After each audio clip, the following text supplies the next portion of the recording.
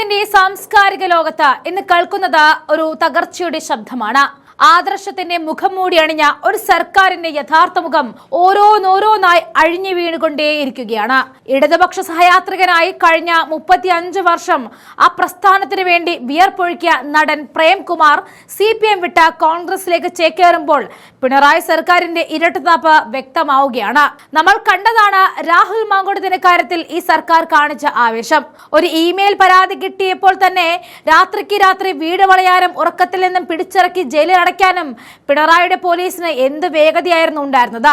ആ പോലീസ് വീര്യം കണ്ട നമ്മൾ അന്തം വിട്ടതാണ്. നിയമം നടപ്പിലാക്കാൻ ഇത്രയും വെമ്പൽ കൊള്ളുന്ന ഒരു സർക്കാർ ലോകത്ത് വേറെ കാണില്ല എന്നവരെ പലരും അടിവരയിട്ടു. പക്ഷേ അവിടെയാണ് സർക്കാരിന്റെ ഈ കപടത ഒളിഞ്ഞിരുന്നത്. ഇതാ ചലച്ചിത്ര അക്കാദമിയുടെ ഔദ്യോഗിക ജൂറിയിൽ ഇരുന്നു കൊണ്ട് ഒരു സ്ത്രീ ഡോക്ടർ ആശ ആച്ചി ജോസഫ് താൻ അതിക്രമത്തിന് ഇരയായി എന്നും മുഖ്യമന്ത്രിയോട് നേരിട്ട് പരാതിപ്പെട്ടിട്ടും പ്രതി ഇടതുപക്ഷത്തിന്റെ സ്വന്തം സംവിധായകൻ PT കുഞ്ഞുമുഹമ്മദ് ആയിട്ടും ദിവസങ്ങളോളം ആ പരാതി ഫയൽ കെട്ടിക്കിടക്കേണ്ട അവസ്ഥയിലാണ് ഉള്ളത്. ഇത്രയും വലിയ ആരോപണം നേരിട്ട കുഞ്ഞുമുഹമ്മദിനെതിരെ നടപടിയൊന്നും എടുക്കാതിരിക്കുകയും എന്നാൽ തങ്ങളുടെ വേതനത്തിനായി സർക്കാരിനെതിരെ സമരം ചെയ്ത ആശാ വർക്കർമാരെ പിന്തുണച്ചു എന്ന് പറഞ്ഞുകൊണ്ട് പ്രേംകുമാറിനെ പുറത്താക്കുകയും ചെയ്യുന്ന നടപടി ഇരട്ടത്താപ്പെന്നല്ലാതെ മറ്റെന്ത് പേരിട്ടാണ് വിളിക്കേണ്ടത്? അതൊക്കെ കൊണ്ടാണ് അദ്ദേഹം ഒരു സുപ്രധാന തീരുമാനത്തിലേക്ക് ഇപ്പോൾ എത്തിയിരിക്കുന്നത്. ചലച്ചിത്ര അക്കാദമി വൈസ് ചെയർമാൻ സ്ഥാനത്ത് നിന്നും പുറത്താക്കപ്പെട്ടതിന് പിന്നാലെ ഇടതുമുന്നണിയുമായിട്ട് ഇടഞ്ഞു നിന്ന നടൻ പ്രേംകുമാർ കോൺഗ്രസ് പാളയത്തിലേക്ക് എത്തിയേക്കും എന്ന സൂചന കൂടി പുറത്തു വരുന്നുണ്ട്.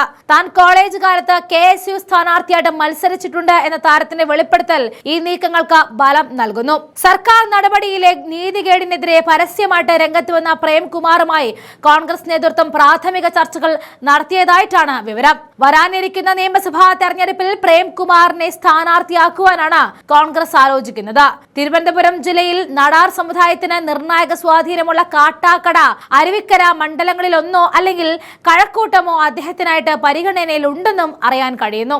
ആശാ വർക്കർമാരുടെ സമരത്തെ പിന്തുണച്ചതിന്റെ പേരിൽ തന്നെ പുറത്താക്കിയ സർക്കാർ നടപടി വിവേചനപരമാണെന്ന് പ്രേംകുമാർ തുറന്നടിച്ചതാണ്. സർക്കാരിനെ രൂക്ഷമായിട്ട് വിമർശിച്ച സാഹിത്യ അക്കാദമി അധ്യക്ഷൻ K സച്ചിദാനന്ദനെതിരെ നടപടിയെടുക്കാത്തവർ തന്നോട് കാണിച്ചത് ഇരട്ട നീതിയാണെന്നും അദ്ദേഹം കുറ്റപ്പെടുത്തി.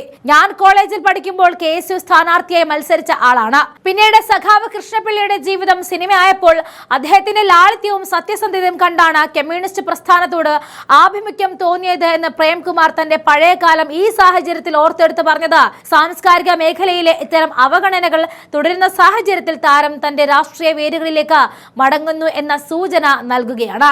മാന്യമായ ഒരു യാത്രയപ്പ് പോലും നൽകാതെ മാധ്യമങ്ങളിലൂടെ പുറത്താക്കൽ വിവരം അറിയേണ്ടി വന്നതിലെ വിഷമം പ്രേംകുമാർ മറച്ചുവെച്ചിരുന്നില്ല.